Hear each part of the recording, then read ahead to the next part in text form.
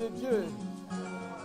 C'est un honneur pour moi. Je suis vraiment dans la joie d'appartenir à une si grande famille comme celle-ci.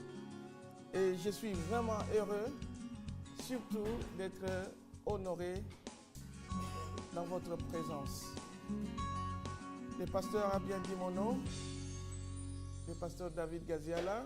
J'ai fait 16 ans en Israël.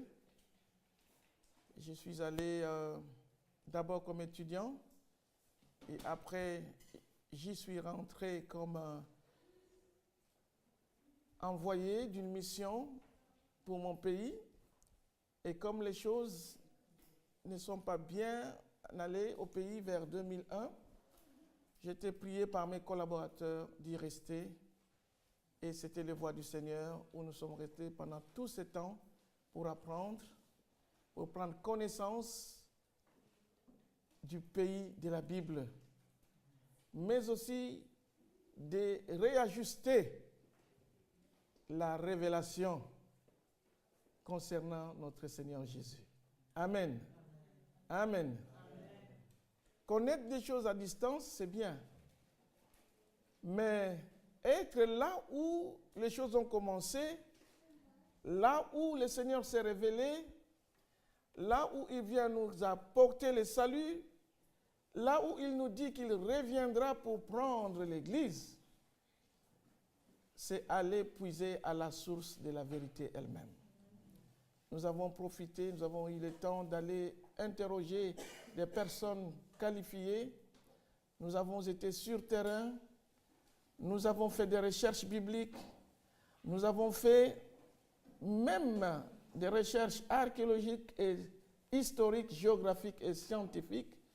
Et le résultat fait qu'aujourd'hui, par l'aide du Seigneur qui a permis cela, nous puissions nous permettre d'être parmi vous et de vous apporter ces quelques éléments de vérité concernant notre Seigneur Jésus et l'histoire de notre salut. Amen.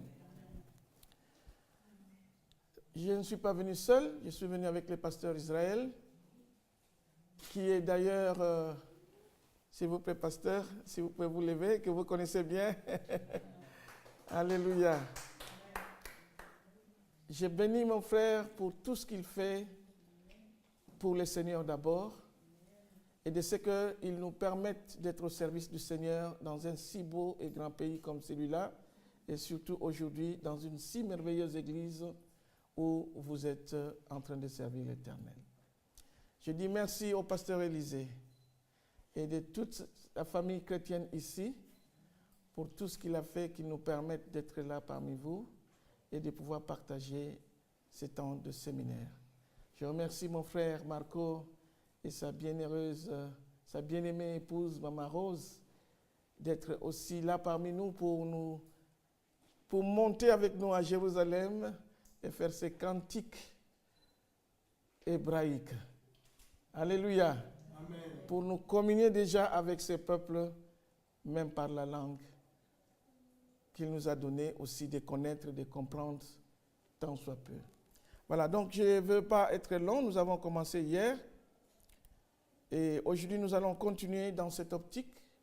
Le texte biblique sur lequel nous nous appuyons, c'est Jean 7. Amen. Le texte de Jean, chapitre 7. Chacun de nous a sa Bible. Nous allons parcourir beaucoup de versets car après avoir projeté quelques images qui va nous situer par rapport au lieu dont nous parlons, Jérusalem, le mont du Temple, nous allons aussi essayer de faire parler la Bible. Aujourd'hui, je ne viens pas avec une connaissance théologique ou scientifique. Je viens devant vous avec une opportunité que Dieu nous donne, sa parole parmi nous. Et par cette parole, elle-même, la parole va apporter les éclaircissements. La parole va commenter la parole. Et la conclusion, nous allons partir sur les thèmes tels que Yeshua, Mashiach et les Sukkot. Et les sous-thèmes, Jésus-Christ est venu faire de nous des tabernacles vivants. Amen. Amen. C'est un sujet qui nous conduira à faire un livre, si Dieu le permet, si Dieu le permettait.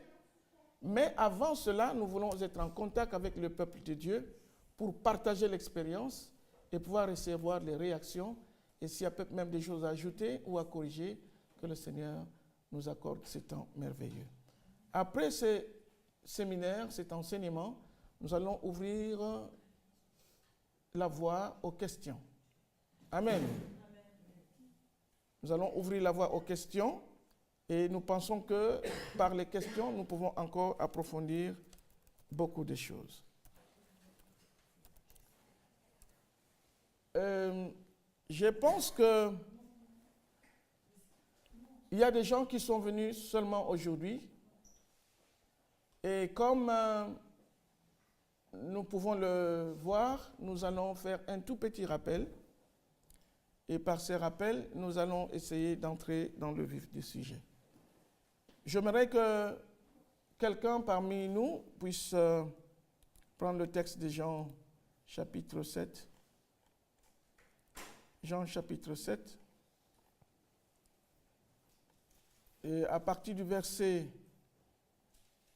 10e, si quelqu'un peut nous le lire, jusqu'au verset 39e.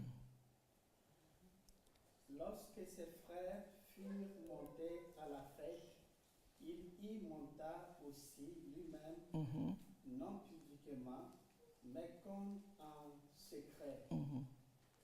Les Juifs le cherchaient pendant la fête et disaient, où est-il? Il y avait dans la foule grande rumeur à son sujet. Les uns disaient, c'est un homme de bien. D'autres disaient, non, il égare la multitude. Personne, toutefois, ne parlait librement de lui par crainte des Juifs. Vers le milieu de la fête, Jésus monta au temple et il enseignait, les Juifs s'étonnaient, disant, comment connaît-il les Écritures, lui qui n'a point étudié. Jésus leur répondit, ma doctrine n'est pas de moi, mais de celui qui m'a envoyé. Si quelqu'un veut faire sa volonté, il connaîtra si ma doctrine est de Dieu ou si je parle de mon chef. Celui qui parle de son chef cherche sa propre gloire, mais celui qui cherche la gloire de celui qui l'a envoyé, celui-là est vrai, et il n'y a point d'injustice en lui. Moïse ne vous a-t-il pas donné la loi, et nul ne vous n'observe la loi? Pourquoi cherchez-vous à me faire mourir? La foule répondit, tu as un démon. Qui est-ce qui cherche à te faire mourir? Jésus leur répondit, j'ai fait une œuvre et vous en êtes tous étonnés. Moïse vous a donné la circoncision? Non, qu'elle vient de Moïse, car elle vient des patriarches. Et vous circoncisez un homme le jour du sabbat. Si un homme reçoit la circoncision le jour du sabbat, afin que la loi de Moïse ne soit pas violée, pourquoi vous héritez-vous contre moi de ce que j'ai guéri un homme tout entier le jour du sabbat? Ne jugez pas selon l'apparence, mais jugez selon la justice. Quelqu'un d'habitant de Jérusalem disait, n'est-ce pas là celui qui cherche à faire mourir? Et voici qu'il parle librement, et il ne lui disait rien. est-ce que vraiment les Juifs, les chefs, auraient reconnu qu'il est le Christ? Cependant, celui-ci, nous savons d'où il est, mais le Christ, quand il viendra, personne ne saura où il est.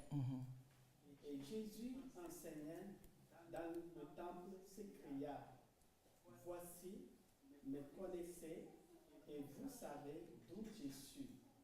Je ne suis pas venu de moi-même, mais celui qui m'a envoyé est vrai. Et vous ne le connaissez pas. Moi, je le connais, car je viens de lui, et c'est lui qui m'a envoyé. Il cherchait donc à se saisir de lui, et personne ne mit la main sur lui, parce que son heure n'était pas encore venue. Plusieurs parmi les foules crurent en lui, et ils disaient, le Christ, quand il viendra, fera-t-il plus de miracles que n'en a fait celui-ci? Les pharisiens entendirent la foule murmurer de lui ces choses.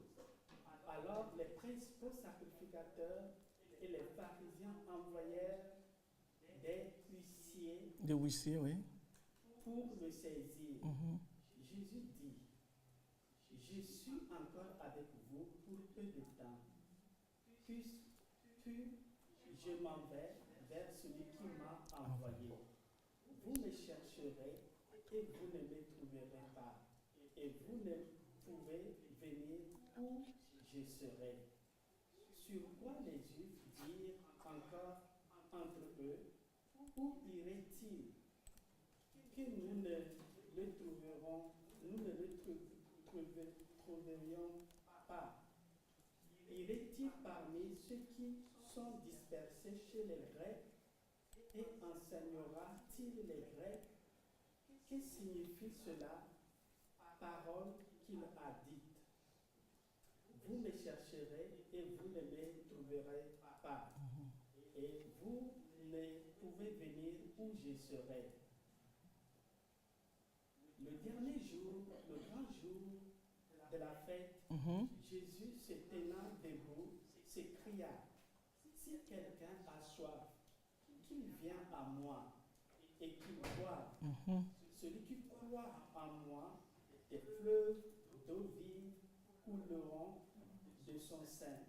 Et comme dit l'Écriture, il dit cela de l'esprit que devaient recevoir ceux qui croyaient en lui, car l'esprit n'était pas encore, parce que Jésus n'avait pas encore été glorifié. Des gens de la foule, ayant entendu ces paroles, disaient, celui-ci est vraiment le prophète. D'autres disaient, c'est le Christ. Et d'autres disaient, est-ce bien de la Galilée Que devait sortir. que je dois venir le Christ? Ça va mon frère, merci beaucoup. C'est un texte long. Pour gagner le temps, nous allons nous arrêter là parce que l'essentiel a été déjà lu. Jésus est en Galilée. Il y a une fête à Jérusalem, en Judée. Et à cette fête, il ne veut pas monter.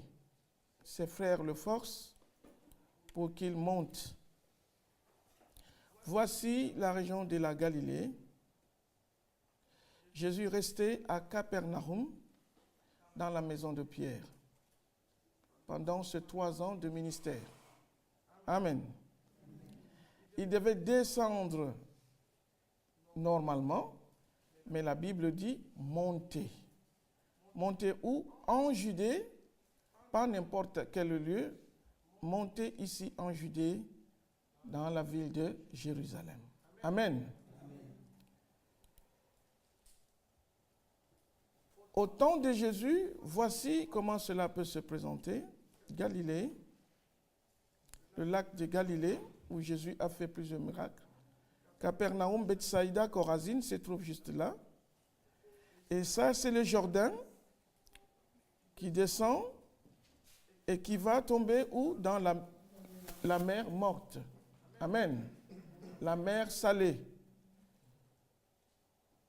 Il y a beaucoup de choses qui sont là-dedans, mais je ne veux pas expliquer, je vais m'atteler à ce qui nous concerne. Nous voyons que Jésus monte à Jérusalem, mais il y avait une route par la Samarie, le long de la vallée de Jourdain, où Jésus passait pour aller à Jérusalem. Il devait arriver jusqu'à Jéricho ici. Il monte et voici Jérusalem, la ville de Jérusalem. Amen. Selon la Bible, Jésus monte à Jérusalem pour un événement très important. Une fête juive appelée le Sukkot. Que veut dire le terme Sukkot? On a déjà expliqué ça hier, mais aujourd'hui, nous allons peut-être toucher quelques points parce qu'il y a des gens qui n'y étaient pas, qui n'étaient pas hier plutôt. Sukkot vient du terme, Sukkot est le pluriel du mot hébreu Souka. Souka est au féminin, le pluriel c'est Sukkot. Amen. C'est en hébreu. Mais en français, nous pouvons dire tente, hutte, pavillon.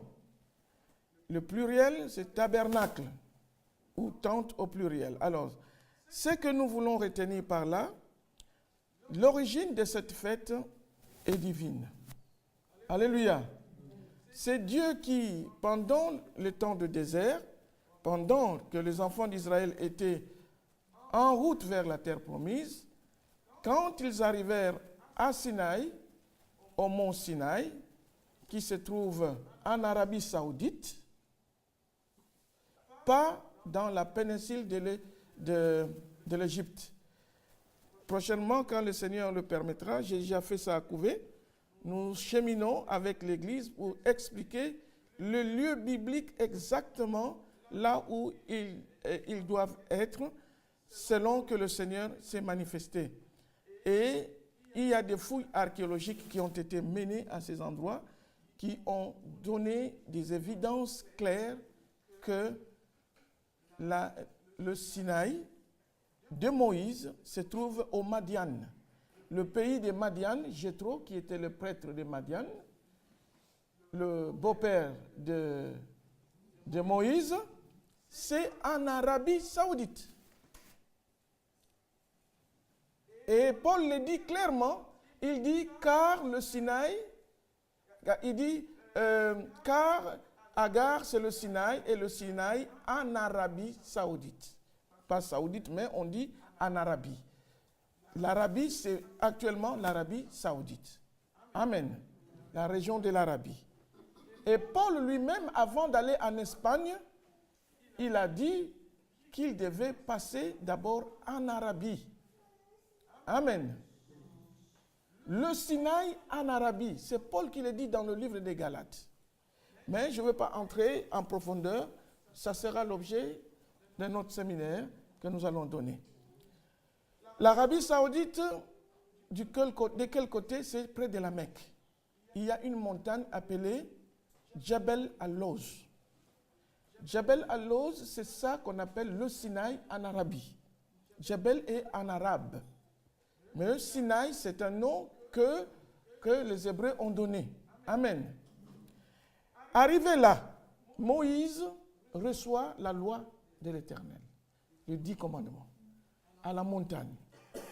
Mais au bas de la montagne, sur la plaine, le peuple reste pendant longtemps là. Et Dieu qui veut se révéler à ce peuple, fait quoi?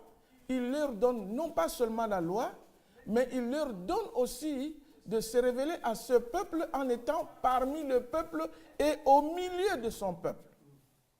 Parce que ce peuple était encore un peuple idolâtre qui avait des pratiques des religions égyptiennes. Amen. Vous avez vu qu'ils ont même fait le veau d'or des dieux Ibis. Le dieu Ibis, c'est le dieu taureau. Et ils en ont fait un veau d'or. Et en Arabie Saoudite, on a trouvé même l'autel où ils ont placé ces veaux d'or avec des pierres entassées et des pierres entassées calcinées par le feu de l'Éternel. Et on y a trouvé quoi? On a trouvé aussi des dessins sur ces pierres calcinées de menorah. Le menorah, c'est quoi? C'est le chandelier à 7 branches. Ces mystères de chandelier à 7 branches, aucune nation sur terre ne l'apporte. Ce n'est que Israël et Israël par Moïse qui l'a reçu de l'Éternel, qui lui a montré cela, tel que cela se trouve dans le tabernacle céleste. Amen. Alors, comment cela se trouve en Arabie Saoudite? Cela veut dire que le peuple d'Israël est passé là. Et que c'est là le Sinaï. On a trouvé d'autres points dont parle la Bible, notamment l'autel de Moïse, la pierre qui a été fendue, et le Sinaï avec le sommet qui a été calciné comme une pierre qu'on met à côté du feu, qui a même changé de couleur. Beaucoup de choses que nous allons expliquer prochainement. Mais pour le moment, nous voulons dire quoi? Quand Dieu donne la loi, il veut venir au milieu de son peuple pour qu'on lui rende culte, pour qu'il se révèle à son peuple. Dieu donne des instructions à Moïse. Fais-moi une tente. Comme mon peuple est dans un parcours de marche, moi aussi, je veux me construire une maison précaire qui soit tente comme des tentes de mon peuple. Amen. Vous voyez comment le Dieu puissant et glorieux va jusqu'à s'abaisser pour être dans les conditions le même que son peuple. Amen. Amen. Amen.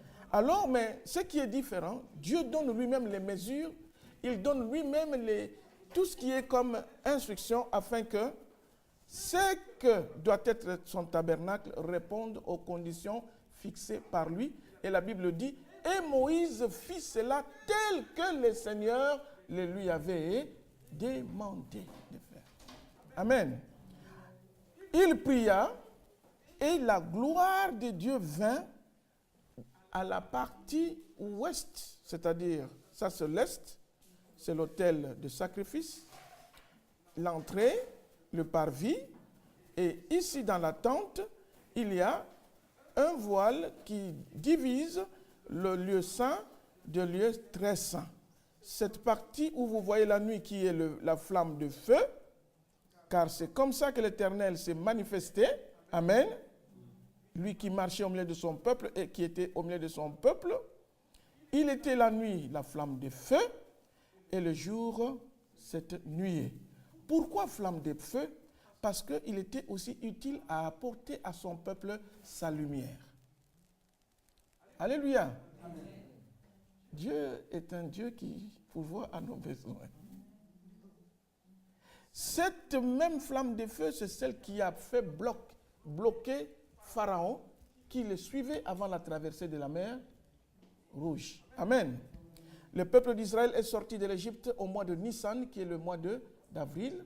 Et Dieu donne qu'on lui célèbre la fête des tabernacles au mois de Tishri, qui est le mois d'octobre. Amen. Donc, ce sont des choses que nous devons bien comprendre, mais la fête des tabernacles vient après deux autres fêtes très importantes que nous appelons la fête de Rosh Hashanah, qui est la fête de l'année, du commencement de l'année, qui est au mois de septembre à peu près, mais dans la Bible, on la situe presque au mois d'avril, selon que le Seigneur donne des instructions à Moïse. Après cette fête de Rosh Hashanah, il y a la fête de Yom Kippour. Yom Kippour, c'est la fête du grand pardon. Le jour où le souverain sacrificateur doit entrer une seule fois avec du sang sur le bol, au-delà du voile où se trouve l'arche d'alliance et entre les deux chérubins où se tient l'Éternel pour accorder à son peuple sa miséricorde et le pardon, mais par le moyen du sang. Amen.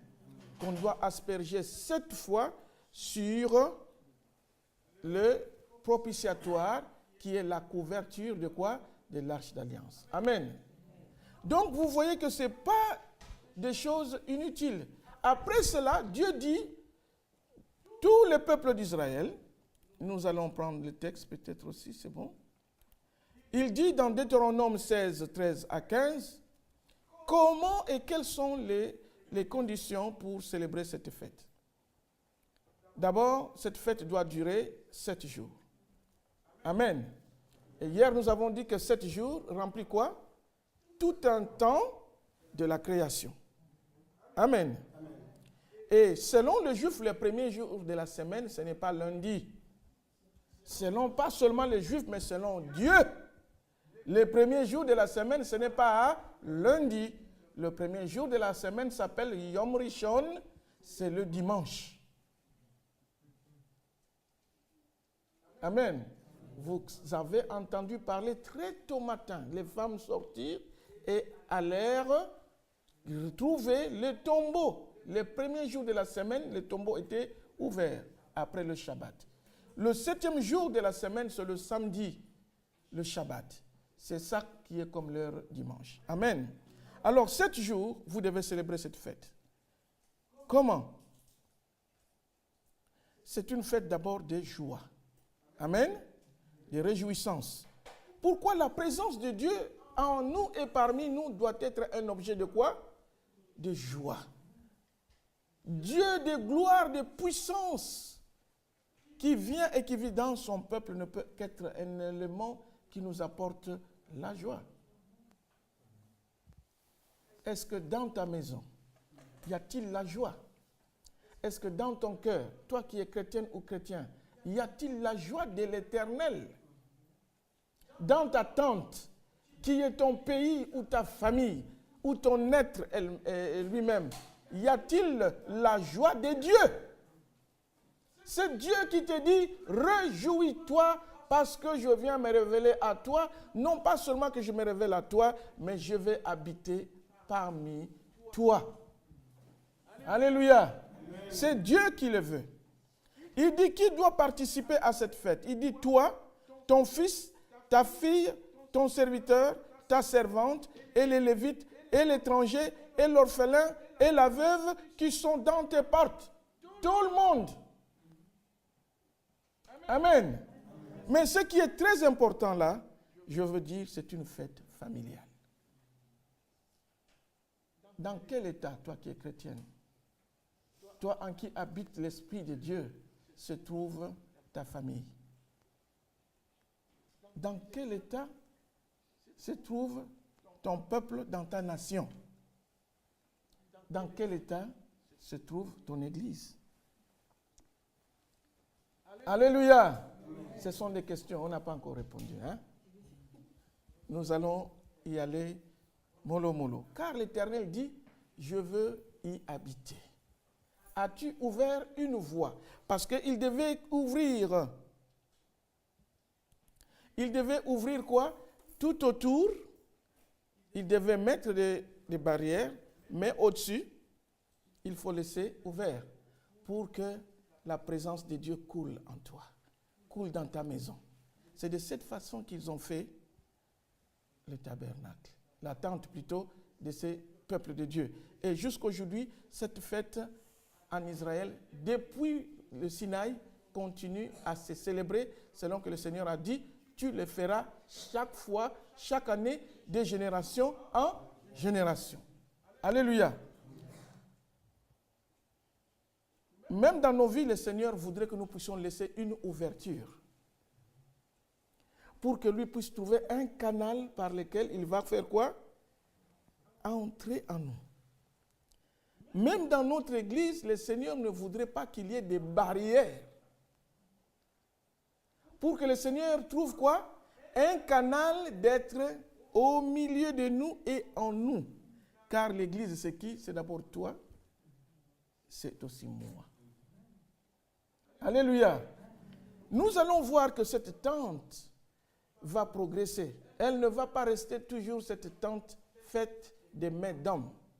mais elle va devenir une tente faite de mains de Dieu lui-même. Parce que Dieu lui-même est devenu cette tente des êtres qu'il a créés que nous sommes quand il est devenu chair et sang. Habité de quoi? De la divinité. Le but ultime de Dieu, ce n'était pas seulement faire des tentes comme ça, mais que nous devions quitter des tentes faites des mains d'hommes jusqu'à devenir les tentes faites des mains de Dieu et aller au-delà de ces tentes faites des mains de Dieu, devenir des tentes de l'être de Dieu lui-même, comme Jésus l'était. Amen. Dieu est bon, n'est-ce pas? Car cette tente doit être éternelle pour habiter la tente des tentes dans l'au-delà, dans sa demeure sainte pour l'éternité. Mais il faut commencer à être d'abord sur terre, cette maison de Dieu que lui-même voudrait que tu sois. Amen.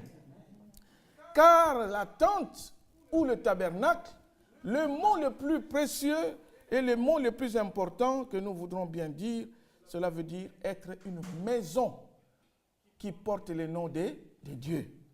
Une maison de Dieu remplie de sa présence. Amen. Nous allons y arriver parce que nous sommes presque en train d'introduire les concepts. Mais ce lieu doit être aussi pas n'importe quel lieu. Bien qu'il a commencé au Sinaï, le Seigneur voudrait que ce lieu se situe quelque part où il appelle sa montagne sainte. La montagne sainte de l'Éternel, à part le Sinaï, la montagne de la destination finale du peuple d'Israël, se trouve à Jérusalem. Alléluia. Amen. Cette montagne s'appelle Morija. Mor veut dire parfum. Ja veut dire Yahweh. Alléluia. Gloire au Seigneur. Gloire à Dieu. Amen. C'est le lieu où Dieu veut sentir l'odeur du bon parfum. Pour toi et pour moi. C'est le lieu où le Seigneur voudrait que tu trouves faveur à ses yeux. Alléluia. Mais ce lieu ici, l'Éternel l'appelle ma montagne sainte. Nous allons voir plus bas qu'il détermine lui-même les mesures. Il donne les délimitations du coin et il dit, cette montagne m'appartiendra de génération en génération. Depuis la création. Cette montagne, ce n'est pas n'importe quelle montagne, car elle est au milieu de deux autres montagnes. À l'est, c'est la montagne des Oliviers, la vallée de Cédron, l'esplanade du temple sur Morija, l'enceinte de la ville Jérusalem. Ça, c'est la vallée de Gihon. Vous avez entendu parler dans le livre de Genèse de Gihon. Gihon n'est autre que le deuxième bras de fleuve du jardin d'Éden. Alléluia.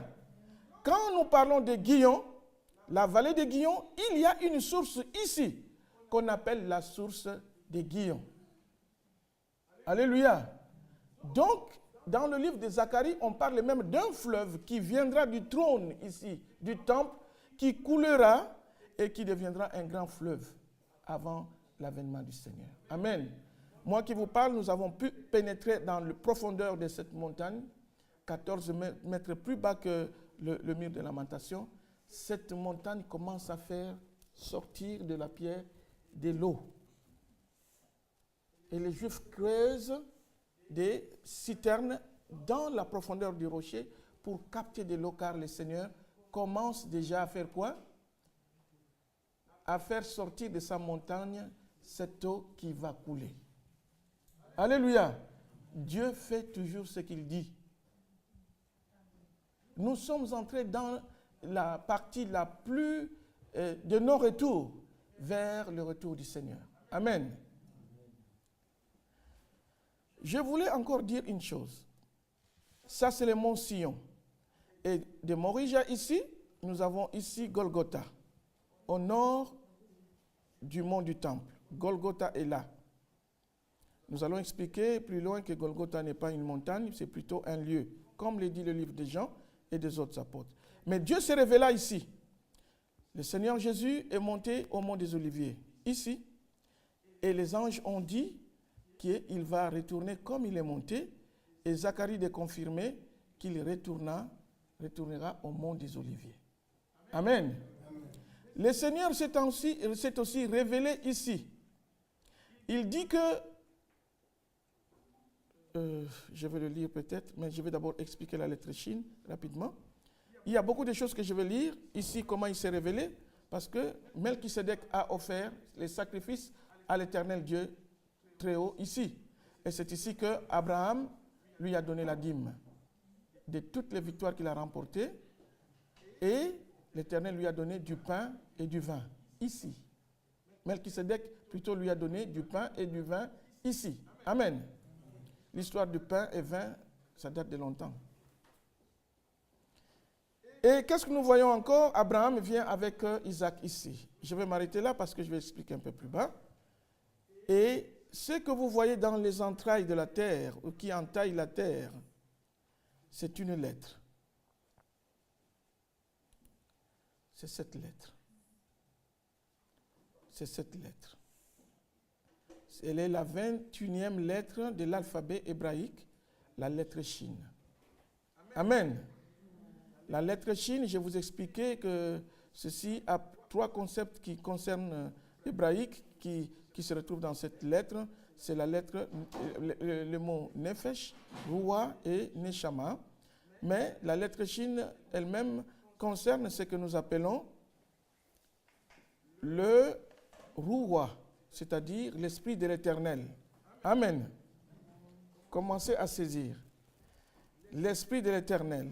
Mais comme nous pouvons écrire le nom de l'Éternel avec cette lettre, nous ne voulons pas aller plus loin que de dire d'abord que cette lettre fait aussi partie du nom de Yehoshua. Jésus, notre Seigneur. Amen. Yehoshua, c'est ça la lettre Shin. Nous pouvons le voir sur les téphilim et nous pouvons dire que la lettre Shin n'est autre que l'unification de cette partie spirituelle de la partie matérielle. Amen. Amen. Et nous l'avons expliqué hier comment cela intervient dans le nom de notre Seigneur Jésus-Christ. Pour gagner le temps, je vais parler de ceci. Quand vous voyez un verset biblique, vous le notez. Amen. Cette partie de la terre de Jérusalem appartient à l'Éternel. C'est dans Jérémie 31, 40. C'est cette partie qui est consacrée à l'Éternel, lieu appelé Montagne Sainte. Je vous l'ai dit, Salem, lieu où Melchisedec offre ses sacrifices au Très-Haut, lieu où il rencontre Abraham, lieu où Dieu indiqua à Abraham pour offrir Isaac en holocauste, lieu où Dieu a promis de bénir toutes les familles de la terre, où Abraham prophétisa que l'Éternel pourvoira l'agneau, Jéhovah Jireh. Alléluia. Soufflez de retenir avec moi tout ça. Lieu qu'indiqua Dieu à Moïse, où il installera en permanence le culte de son peuple. Vous me servirez à ma montagne sainte. Mais d'abord, sortez de l'Égypte. Lieu où se posa l'ange de l'Éternel après le dénombrement fait par David et arrêta les plaies. C'est le lieu où David vit l'Éternel. Il dit, j'ai vu l'Éternel là. Et il alla auprès de Jébusiens qu'on appelle Ornan et il acheta ce lieu à prix d'argent à environ 10 kilos d'or. Amen. Je parle du lieu où Dieu a fait quoi? A placé la lettre Shin sur terre comme un cachet à Jérusalem. Amen. Lieu qu'indique Dieu à David qu'il acheta à Ornan et sacrifia des holocaustes du pardon des péchés. David a offert à cet endroit qu'il a acheté des holocaustes d'expiation. Et l'Éternel a agréé ces sacrifices. Amen. Amen. Lieu qu'indiqua Dieu à Salomon pour lui bâtir le temple. Amen. Lieu où la gloire de Dieu fut en permanence au milieu du peuple d'Israël. Quand Salomon a bâti à l'Éternel les temples, l'Éternel est venu habiter le temple. On dit la seconde gloire était plus que la première. Amen. Et David et Salomon a prié. C'était un roi qui prie au lieu que ce soit un souverain sacrificateur. Amen. Et Dieu est venu remplir son peuple de sa présence. C'est vers 900 avant Jésus-Christ que le temple, un peu plus, que le temple a été construit. Pourquoi je donne cette date? Notez parce que après cela, le premier temple sera détruit vers 585 par Nebuchadnezzar, le roi d'Assyrie. Amen. Amen. Lieu que visita à plusieurs reprises Jésus et ses disciples, dont l'une d'occasion, c'est ce que nous lisons dans le livre de Jean, chapitre 7. Et Jésus alla où? Au temple. Pour y faire quoi? Pour célébrer la fête des tabernacles. Amen. Amen. Jésus-Christ ne part pas à n'importe quel lieu. C'est le lieu que lui-même, l'Éternel, a indiqué où on doit lui bâtir une maison dans un temps durable. Pendant que le peuple d'Israël va atteindre sa destination finale dans la terre promise. Amen. Et à ce moment-là, l'Éternel, pourquoi je dis éternel? Parce que Jésus-Christ, dans son nom, je vais expliquer, il y a aussi éternel. Yého, Yah, Yo, Alléluia. Je vous ai expliqué le nom de Jésus hier. C'est pourquoi je ne veux pas y revenir. Jéhovah, l'Éternel et salut. Jéhovah, ça veut dire éternel. Éternel veut dire je suis. Éternel veut dire celui qui est, qui était et qui sera. En un mot, je suis. Chaque fois qu'on va vous parler dans la Bible de l'Éternel ou Seigneur, on veut dire Yahvé. Alléluia. C'est ce nom que Dieu donne à Moïse quand il se révèle en lui au livre de Exode 3 et Exode 6. Il dit à ton père Abraham, Isaac et Jacob, je me t'ai révélé sous mon nom de Tout-Puissant. Mais à toi, je me révèle sous mon nom de l'Éternel. Et Moïse lui dit, quel est ton nom? Qu'est-ce que je dirai à ton peuple? Il dit, dis-leur, je m'appelle Ihé Hacher Ihé. Je suis celui qui suis. Cela veut dire éternel. Dis-leur, je suis m'a dit. Cela veut dire celui qui a ni commencement, ni fin, mais qui est. Source de toute existence et l'existence elle-même. C'est ça l'éternité. Mais de lui qui est éternel, il donne forme et vie à toutes choses. Amen. C'est le nom de Jésus qui est là-dedans, on dit Jésus a hérité du Père ce nom. L'ange vient donner à Marie et à Joseph les noms célestes de Dieu.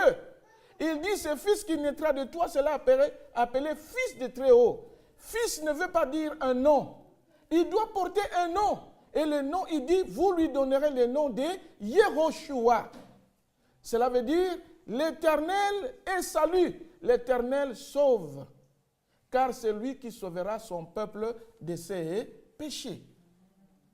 Mais pour cela, celui qui est invisible doit se manifester visiblement, doit porter la chair. Et la partie de la chair dans son nom, c'est la partie Shua, qui veut dire le salut. Le salut ne vient que par son existence en chair quand il se révèle comme fils parce que né d'une femme. Autant marqué par Dieu. Et nous avons dit hier que, comme il est venu dans la chair, il est dans le temps. Mais dans Yehoshua, Jéhovah, il n'est pas dans le temps, il est dans l'éternité. Car il est dans sa divinité. Dans la chair, il est dans son humanité.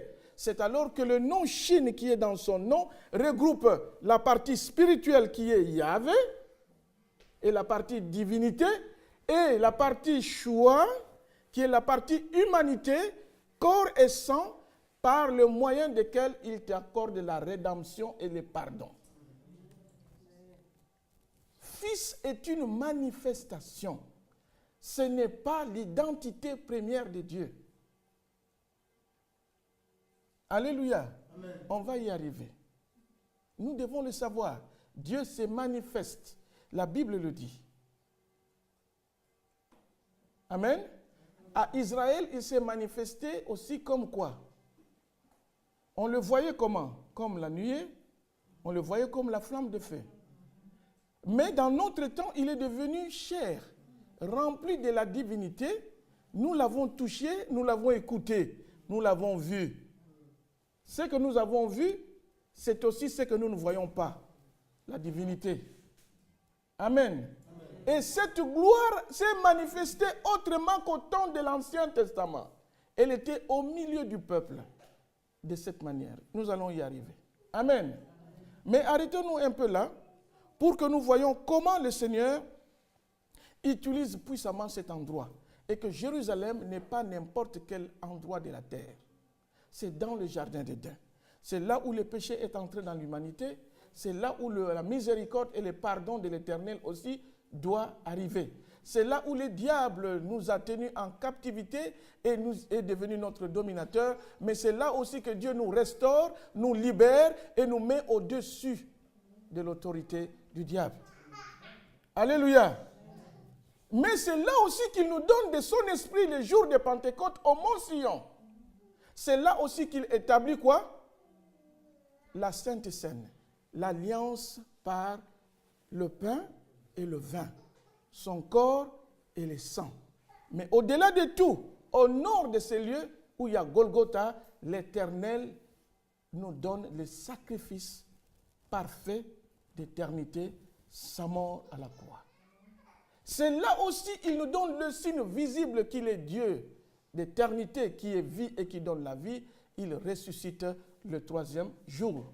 Et dans tout ça, nous sommes dans son royaume, où il est roi, le royaume de Juda. Alléluia. Là où il est né, là où il a révélé sa gloire, là aussi il est roi, là où il meurt, il est sacrificateur dans son temple. Le temple est dans Juda, n'est-ce pas? Dans son royaume, n'est-ce pas? Là où il détruit la domination du diable, là où il va vaincre la mort par sa résurrection, nous sommes dans son royaume de Juda. Les chiens ne peuvent qu'aboyer très fort et mordre les gens dans leur propre parcelle. Mais en dehors, dans la rue, qu'est-ce qu'il fait? Il a peur, il prend sa queue entre ses pattes. Le Seigneur a détruit le diable dans son royaume. Et c'est dans ce royaume que nous sommes fils du royaume. Alléluia. C'est pourquoi il scelle avec nous ce sceau éternel par son esprit dans son royaume. La chambre haute est à Jérusalem. Jérusalem est en Juda. Hein, pasteur? Dieu ne fait jamais des choses... tout est légal. Car le principe de la loi première vient de lui. Et c'est lui-même qui est le premier à le garder et à le respecter. Amen. Dieu est fidèle. Dieu n'est pas débrouillard. Il est juste. Alléluia. Le Dieu de justice est son nom. Alors, lieu que visita à plusieurs reprises Jésus-Christ et ses disciples, montagne où fut dans le temps crucifié Jésus. Vous allez m'excuser parce qu'il y a quand même c'est un travail. Normalement, c'est le temps où fut crucifié Jésus avec accent, mais vous n'allez pas me tenir rigueur, n'est-ce pas?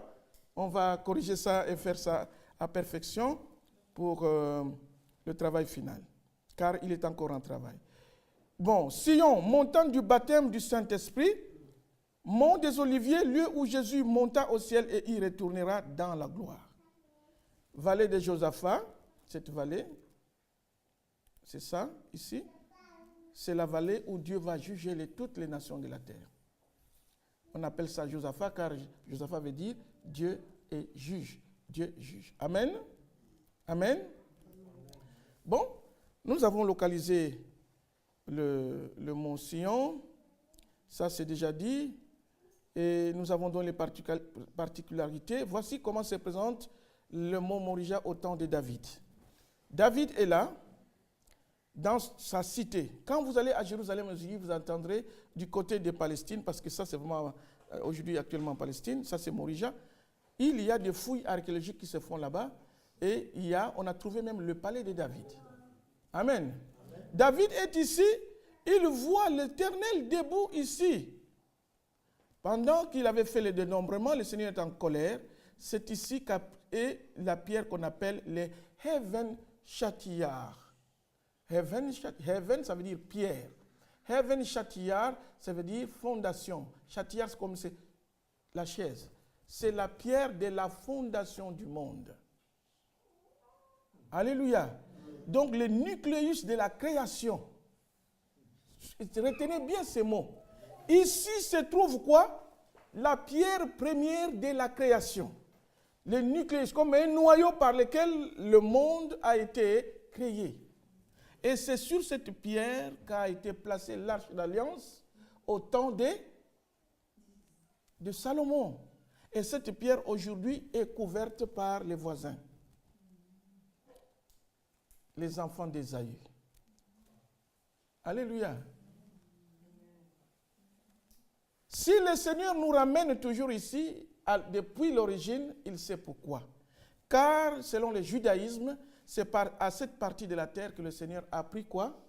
La terre pour former Adam, et d'Adam il tira Ève. Alléluia. Je dis que nous sommes dans le jardin d'Éden. L'évidence, c'est la source de Gihon, qui est le deuxième bras du jardin d'Éden. Amen. Voilà, c'est comme ça, la montagne est là, et on a fait le temple. C'est comme ça le temple, le premier temple était fait, ici la cité de David. Et ici, vous avez actuellement le dôme où vous avez la coupole dorée, où les voisins sont actifs actuellement. Bien que Ésaü est actuellement là, mais ce lieu est destiné à Jacob. Jacob va prendre la gloire de l'Éternel parce que c'est lui qui l'utilise pour les temps messianiques. Amen. Au nord, ici, Golgotha est ici.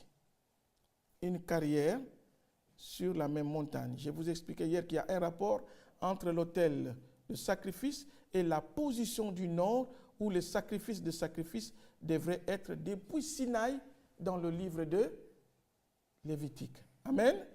L'agneau qu'on devait égorger pour l'expiation de péché, avant de l'égorger, tu dois prendre la tête, tu la penches du côté nord par rapport à l'autel et tu l'égorges. Et ce sang, tu le prends, tu vas avec ça au-delà du voile pour oindre le Saint des Saints, le propitiatoire, et que le Seigneur puisse accorder le pardon à son peuple. Il y a un lien direct entre le lieu du temple et Golgotha. Car Jésus, quand il meurt, il pousse un cri, le voile du temple fait quoi? Se déchire en deux. C'est aussi l'objet d'un enseignement que nous allons donner. Voici comment est représenté le deuxième temple. Le temple de Jésus-Christ. Le temple que le Seigneur Jésus-Christ a visité, le temple de l'époque de Jésus. Amen. Amen. Était comme ça. C'est le temple de l'Hérode et grand, les grands plutôt, qu'il a construit depuis 60 avant Jésus jusqu'à vers les années 20. Et même au temps de Jésus, il était toujours en construction. Le mot temple est abusivement employé, car le terme de cette maison de l'Éternel est appelé en hébreu Bait, maison. Hamikdash, c'est-à-dire maison de sa sainteté. Alléluia. Que veut dire le nom temple en hébreu? Beit Hamikdash veut dire maison de sa sainteté. Donc le tabernacle où Dieu doit résider, la maison qui doit contenir la divinité, doit être sa maison sainte. Parce que le Dieu saint, saint, saint, saint, saint, cette fois, ne peut pas habiter une maison remplie de péchés et d'impureté. Alléluia. Amen. Nous allons, voilà comment était Jérusalem l'époque où Jésus, donc les gens remplissaient le temple comme ça. Permettez-moi l'expression, vous devez vous sentir que vous êtes avec Jésus à la fête des tabernacles. Je vous situe dans la tête. Les mouvements étaient comme ça. Le Seigneur Jésus-Christ entrait par cette porte. Quand il venait de cette partie, c'est-à-dire qu'il y a le côté de Silo, et toute cette partie, il y avait des piscines où les gens devaient faire quoi? Se purifier avant d'entrer au parvis. Toute cette partie-là. Et ces deux portes ont des noms. Je vous épargne cela. Et la partie que vous entendez, qu'on appelle le mur de lamentation, c'est cette partie qui est restée là. Car tout ceci a été détruit. Amen. Alors, pour dire qu'à Jérusalem, il y avait un temple. Permettez-moi ce terme abusif. Temple. Temple, c'est commun, c'est à tout le monde. Il y a les temples de Bouddha, les temples de mais le Beit Amikdash de l'Éternel, la maison de sa sainteté, il y avait un coin où se tenait vers la partie qui regarde vers l'Est. La partie où viendra l'Éternel. Amen. La partie où nous allons voir les anges de l'Éternel venir avec l'Éternel lui-même dans la gloire. Se tenait quelqu'un pour jouer les chauffards. Alléluia. Les chauffards se jouaient à 2 fêtes de l'année, ça ne se joue pas n'importe comment. Et on dit que même à l'arrivée de notre Seigneur, les anges feront quoi? Ils vont jouer la trompette. Ce n'est pas des trompettes, ce sont des chauffards. Pour annoncer quoi? Le retour du Seigneur. Amen. Israël est là. Regardez ces pierres vraies, écrites, que nous pouvons toucher. Que les gens ne vous trompent pas qu'à Jérusalem, il n'y avait pas de temple. À Jérusalem et au même endroit, indiqué par l'Éternel, jusqu'aujourd'hui, se trouvait un temple. Qui vous dit qu'il n'y a pas de connexion entre le lieu là et le peuple juif? Ce n'est pas écrit en arabe, s'il vous plaît, ça. C'est écrit en hébreu. Et on dit en hébreu, on indique très bien que ce lieu ici sera le lieu où celui qui joue le chauffard doit se tenir. Amen. Amen. Ce sont des vestiges, le reste de la destruction du temple de Jésus. Pourquoi je vous dis ça? Pour que vous sachiez que le lieu dont parle la Bible est vrai. Jésus monta au temple, Jésus monta au temple. Jésus était à Jérusalem, Jésus était à Jérusalem. Les pierres nous parlent jusqu'aujourd'hui, même si les gens ne veulent pas croire la vérité. Les pierres nous parlent même si elles sont démolies. Alléluia. Amen. Il y a un chef qui a dit, non, les Juifs là, non, ils n'ont jamais eu un temple là. Leur temple est en Cisjordanie, en Samarie. Mais la femme samaritaine a dit quoi? Qu'est-ce que la femme samaritaine a dit à Jésus? Vous, les Juifs, vous priez toujours à la montagne où? À Jérusalem. Alléluia.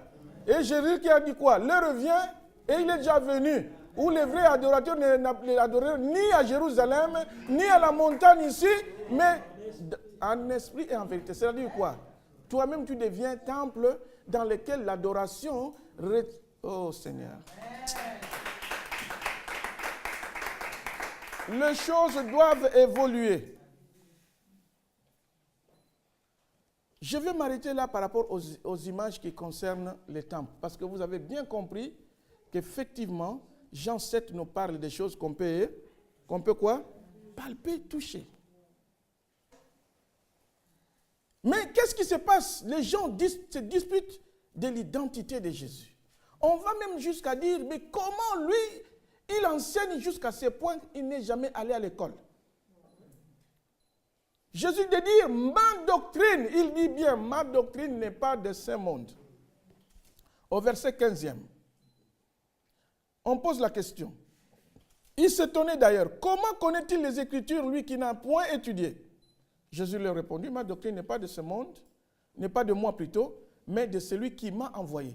Nous devons aussi répondre à la question, qui a envoyé Jésus? Pourquoi Jésus dit c'est lui qui m'a envoyé? Et celui qui l'a envoyé, c'est qui? Nous devons interroger les Écritures. Amen. Et Jésus de dire dans Luc 4, 16 à 20, je ne vais pas lire le tout, je vais seulement le dire. Jésus est avec les disciples.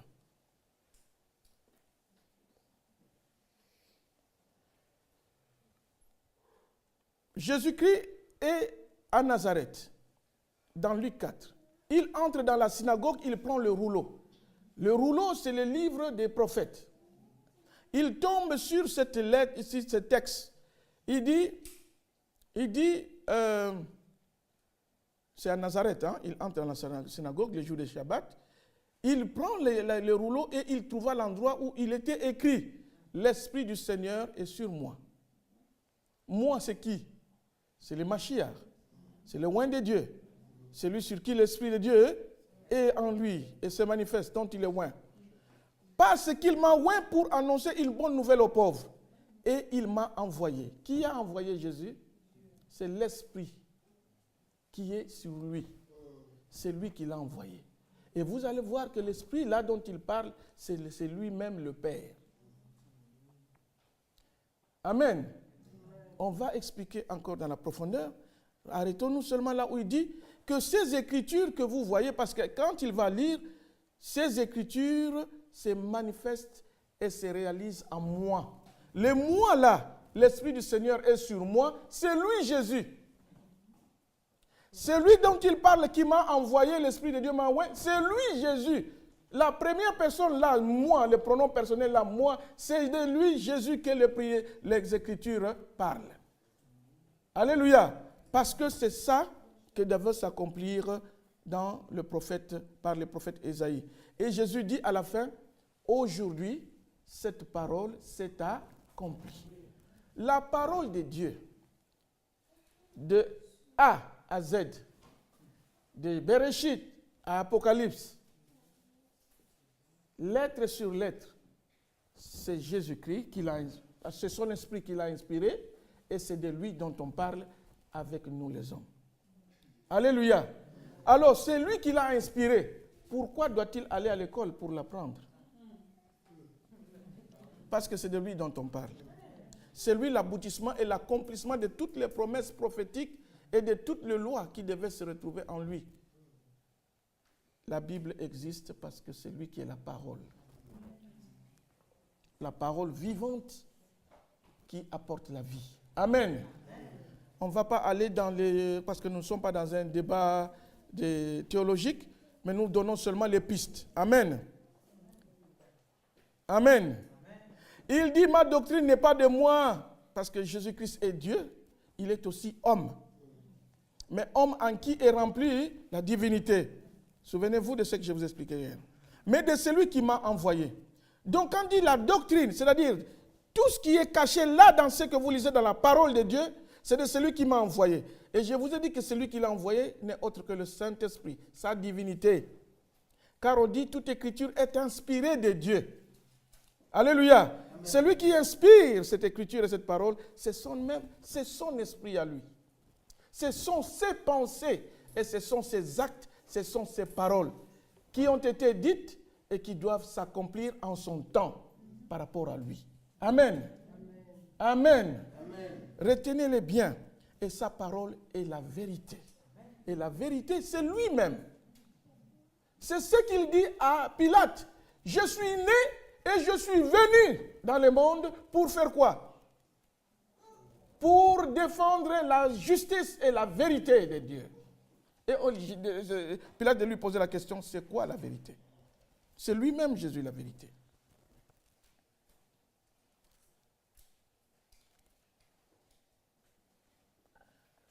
Nous allons passer, Jésus et les Écritures, on a vraiment expliqué. Mais je vais dire une chose, quand on lit dans Luc 24, 17, il dit, Jésus-Christ voit les disciples d'Emmaüs, ils ne comprennent pas que celui qui était à la croix, c'est lui-même Dieu, c'est de lui dont parle la Bible. Jésus-Christ commença par Moïse et par tous les prophètes, il leur expliqua dans toutes les Écritures ce qui le concernait. Alléluia. Jésus lui-même explique à ses disciples, Luc 24, 27, il explique, quand vous lisez Moïse, Moïse c'est quoi? C'est les 5 livres de la Bible, la loi, la Torah. Alléluia. Les prophètes, c'est tous les prophètes. Amen. Il leur expliqua dans toutes les Écritures ce qui concernait Jésus-Christ lui-même. Alléluia. Jean 5, il dit aux pharisiens, vous sondez les Écritures parce que vous pensez avoir en elles la vie éternelle.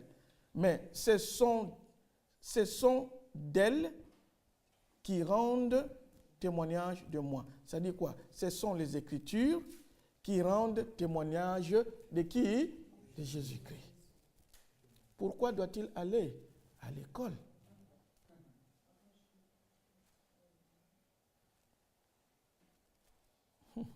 Les restes, vous allez prendre les références. Amen. Dans ces derniers temps, Dieu nous a parlé par le Fils. Le Fils, je vous ai dit, c'est lui qui se manifeste en chair. Celui qui se manifeste en chair, en théologie, on appelle ça la théophanie. Théos, c'est Dieu. Phanei, chair. Dieu devient qu'on peut toucher et voir. Et qui a lu le livre de Jean 1 que j'ai donné? Qui a lu le livre de Jean 1? Qu'est-ce que tu as découvert dans Jean 1? Quand on dit par rapport la parole s'est faite chair et elle habitait parmi nous. La parole s'est manifesta. Même mes paroles là, elles ne sont pas chères. La parole là, elle est esprit. Parce que nous sommes créés à l'image et à la ressemblance de Dieu par cette parole. C'est ça qui nous lie à Dieu. C'est ça la faculté de raisonnement et de jugement. C'est ça que l'être de Dieu en nous, en esprit, en pensée, en raisonnement. Nous sommes les seuls êtres de Dieu qui avons ces facultés. La parole. Alléluia. Car nous sommes des êtres qui viennent de lui. Alléluia. Qui est le Père? Vous avez entendu parler dans la Bible que Jésus-Christ est mal compris et la révélation de son nom et de son être est mal comprise. Mais c'est lui le Messie? Parce que les Juifs attendaient Dieu en forme humaine. Alléluia. Rempli de la divinité pour qu'on l'appelle le Mashiach. Mashiach, c'est quoi? C'est cet homme qui est né. Bien sûr, né, mais qui a la divinité en lui. C'est le livre d'Ésaïe qui le dit, ce n'est pas moi. On dit que mon oint, mon serviteur, aura quoi? L'esprit des prophètes en lui, il aura l'esprit de Dieu en lui. Amen. Le Mashiach, le oint de Dieu. Israël l'attend, mais on ne voit pas en Jésus cela. Pourquoi? Parce que la gloire de Dieu a été, comment? Voilée dans la chair. A été couverte dans la chair. C'est pourquoi quand Jésus-Christ est au milieu d'eux, il n'hésite pas de dire de lui que tu as un démon. Tu fais des miracles par des démons. Les démons, ce sont des esprits. Dire de Jésus qu'il a un démon, que celui qui est dans la chair est habité des démons, c'est nier la divinité elle-même en Jésus-Christ. Mais pensons nous-mêmes, que disent les démons de Jésus? Parce que nous les hommes, nous disons qu'il a un démon. C'est nous les hommes. Donc il est venu en chair et en sang pour sauver. Parce qu'il est venu sauver qui? Les fils d'Abraham. Ceux qui sont semblables en lui. Selon le livre des Hébreux, chapitre 2. Mais nous qu'il est venu sauver, nous les considérons comme, par ses œuvres bonnes envers nous, nous disons que, d'ailleurs, s'il sauve, il ressuscite un mort, nous disons qu'il le fait par les démons, par Belzébul, par Satan. S'il guérit un malade, il chasse les démons, il chasse les démons par Belzébul. Vous connaissez le texte. Mais que disent les démons eux-mêmes de Jésus? Matthieu 8, 28. 2 démoniaques sortant des sépulcres vinrent au-devant de lui. Et voici, ils s'écrièrent, qu'y a-t-il entre nous et toi, Fils de Dieu? Es-tu venu ici pour nous tourmenter avant le temps? Ils le connaissent. Ils les connaissent non pas sur terre, ils les connaissent depuis le temps. Ils l'appellent Fils de Dieu. Et sachez-le bien, quand on appelle Jésus Fils de Dieu, cela veut dire égal à Dieu. Fils parce que né d'une femme. Alléluia. Amen. Ce n'est pas moi qui le dis. Lisez-le dans Galates 4:4. Au temps marqué par Dieu.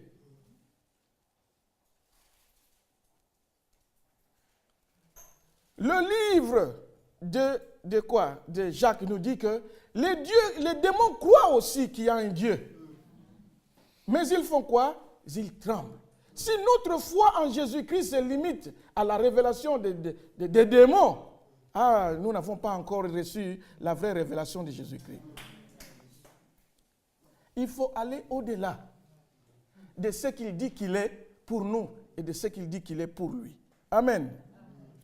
1 Jean 5:20 dit, nous savons aussi que le Fils de Dieu est venu et qu'il nous a donné l'intelligence. Voilà d'où nous vient l'intelligence de connaître Dieu. C'est au travers de celui qui est venu dans la chair. Yeshua Mashiach. Alléluia. Pour connaître le véritable. Le véritable quoi? Pour connaître le véritable Dieu. Nous sommes dans le véritable en son Fils, c'est-à-dire en Jésus-Christ qui est dans la chair. C'est lui, Jésus, qui est le Dieu véritable et la vie éternelle. Il n'y a pas un autre Dieu.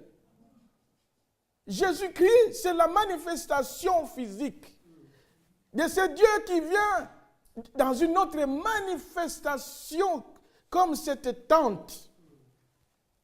Il a appelé son corps, détruisez ce temple, je la reconstruirai après 3 jours. Alléluia. Amen. Jésus-Christ, c'est lui le Dieu véritable. Jésus-Christ, c'est lui l'éternel. C'est ça qu'on veut dire ici, la vie éternelle. Qui peut donner la vie éternelle si ce n'est celui qui s'appelle l'éternel lui-même? Il n'y a point d'autre Dieu que moi. Écoute Israël, l'éternel est un. Alléluia. Et c'est pourquoi vous voyez Jean insister ici, le Dieu véritable. Qui est venu nous faire connaître le Dieu véritable? C'est Jésus-Christ. C'est à lui que nous avons la connaissance, mon frère pasteur, de ce Dieu véritable. Quand tu vois Jésus, tu reçois directement la connaissance du véritable Dieu. Il n'y a pas à tergiverser. Nous n'avons pas à aller chercher là-bas. Nous n'avons pas à aller courir de l'autre côté. Tu as Jésus, tu as en toi la révélation du Dieu véritable. Car c'est lui qui te donne l'intelligence de connaître. Ce n'est pas l'université théologique. C'est la révélation et la manifestation et la vie d'expérience avec Jésus lui-même. Celui qui a le Christ a la vie. Celui qui n'a pas le Christ n'a pas la vie. La vie dans toute sa globalité. Car en Jésus-Christ, la Bible dit, nous avons tout pleinement en lui, qui est le chef de toute domination et de toute seigneurie. Acclamons pour Jésus.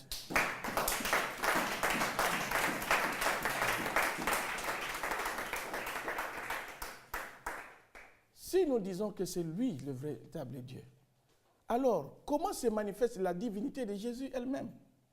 Parce qu'on voit quelqu'un dans la chair, amen, mais on se dit, mais c'est lui le Dieu, c'est lui Dieu, c'est lui qui vient au temple là, c'est vraiment lui, c'est lui le Messie, mais celui qui viendra verra encore des œuvres plus que lui. Mais je suis heureux parce qu'ils ont quand même reconnu qu'il avait fait quand même des œuvres. Alléluia. Nous voulons toujours plus. Même ce que Jésus-Christ nous donne comme révélation qui est un miracle, nous voulons encore qu'il nous fasse encore plus, comme nous sommes égoïstes et gourmands. Et Dieu, quand il va se révéler à nous dans toute sa plénitude, nous allons fuir. Comme le peuple d'Israël. Non, Moïse. Non. Toi, tu peux monter.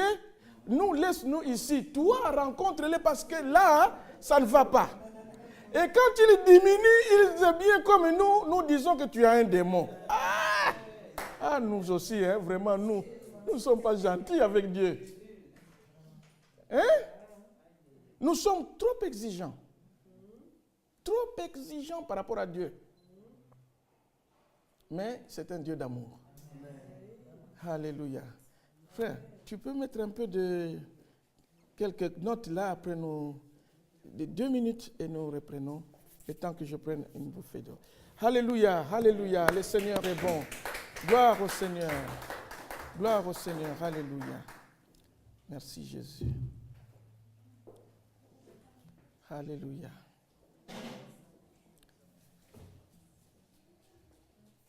Alléluia, Père éternel. Alléluia, merci Jésus. Amen. Et vous chantez quelque chose en hébreu. Il dit que Dieu est saint. Qu'Adonai est notre maître et qu'il est saint. Kadosh veut dire saint. Dieu est saint.